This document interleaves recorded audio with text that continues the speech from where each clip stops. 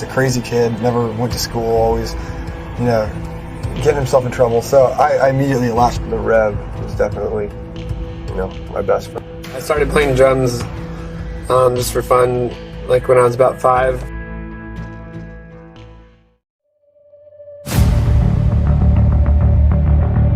In many cases involving world-class musicians, work pressure, insomnia, and chronic fatigue often end fatally. Among those big names, there's one figure whose story still lingers to this day. He is Jimmy the Rev, the drummer of Avenged Sevenfold, who left us way too soon at the age of 28.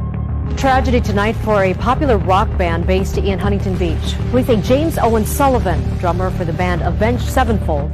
The question is, why did it happen? Why is it that the people who seem the most okay are often the ones who actually feel the most alone? In this video, we're going deep into the story of the Rev, what actually happened to him, and why this tragedy still feels so fresh in the hearts of fans, even after more than 15 years have passed.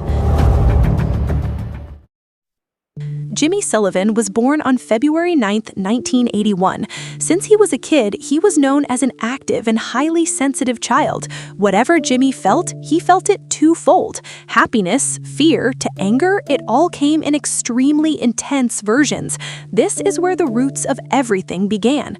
Toward the end of 1998, life brought Jimmy back together with his old friends, Matt, Sinister, and Zachy. From that meeting, they agreed to form Avenged Sevenfold, a band he initially conceptualized to blend various slices of metal, progressive, experimental, and other musical elements that were rarely touched by other bands at the time.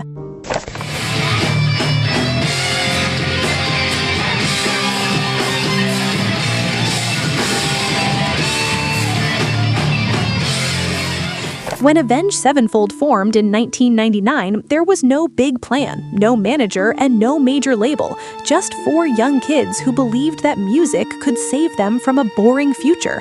Since day one, the Rev wasn't just the drummer. He was a walking idea, an energy that never flickered out, and the fuel that kept the band's creative engine alive.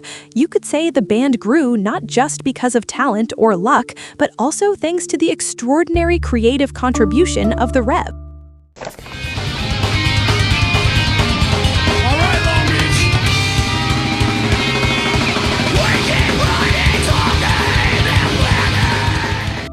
As Avenged Sevenfold released their first 2 albums in 2001 and 2003, many people started noticing something different.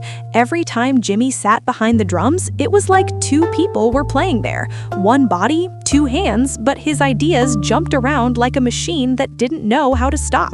Behind the scenes, he was always the loudest, the most eccentric, and totally random. But in the studio, he transformed into someone who acted as if he were racing against time, as if the ideas in his head kept popping up and could never run out.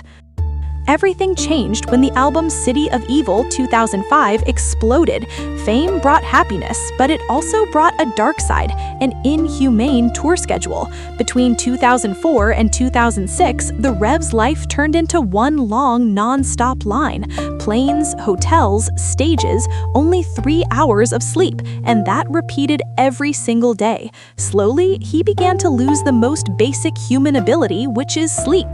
In the period from 2006 to 2008, the Rev's insomnia got worse. In a time when his life looked the busiest, that was exactly when he started becoming the most fragile. The turning point began around 2007 when Avenged Sevenfold was at the peak of a wild rhythm of life. They had just released their self-titled album with bold experiments.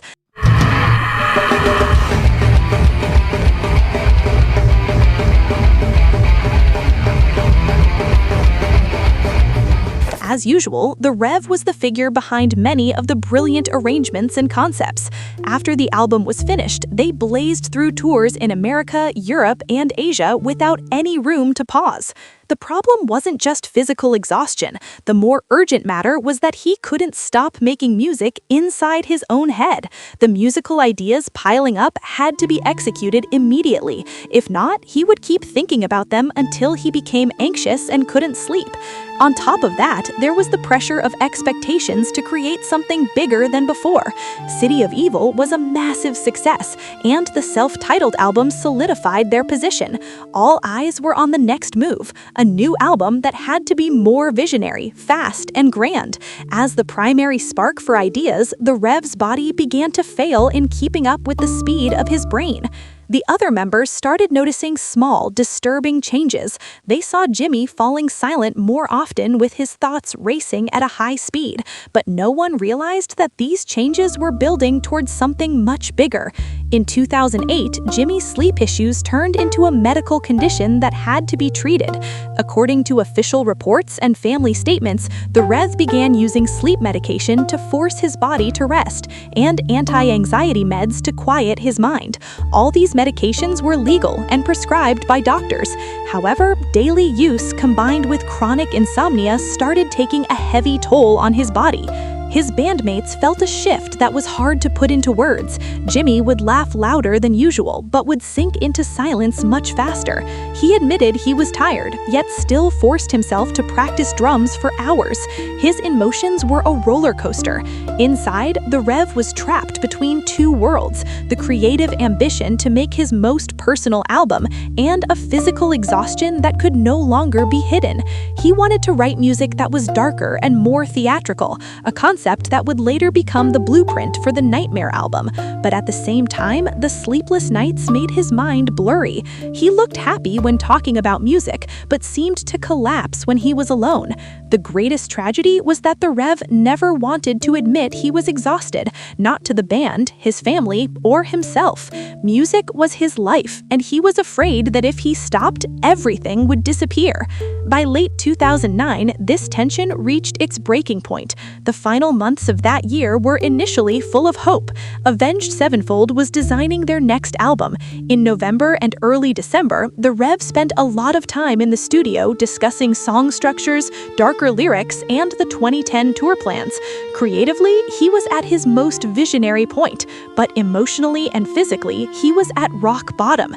He often suffered sudden exhaustion in the studio or fell asleep in chairs, as if he were fighting something only he knew. In December 2010, the Rev passed away due to a combination of prescription drugs and alcohol. Doctors called it an accidental overdose, a medical accident that happens when a severely exhausted body can no longer handle the combination of substances. There was no evidence pointing towards an intent to self-harm. There was a moving moment after his funeral. When the members returned to the studio and opened old folders, they realized that Jimmy had prepared so much before he left. Not just ideas, but dozens of musical fragments, vocal recordings, his signature drum beats, and even short notes that looked like messages for the future. At the band's lowest point, when they hit a creative dead end, it turned out the Rev had already left a map and clues to guide his friends out. Without that legacy, the Nightmare album might never have been finished. The death of the Rev was not just a great loss for the music world, but also a lesson about the importance of looking out for one another, about the importance of asking, "Are you really okay?" and being ready to listen to the answer. It's also about the importance of taking a break, even when the world keeps forcing us to run. Thank you, Jimmy, for the laughter, the courage, and the music that was simply too big for one lifetime.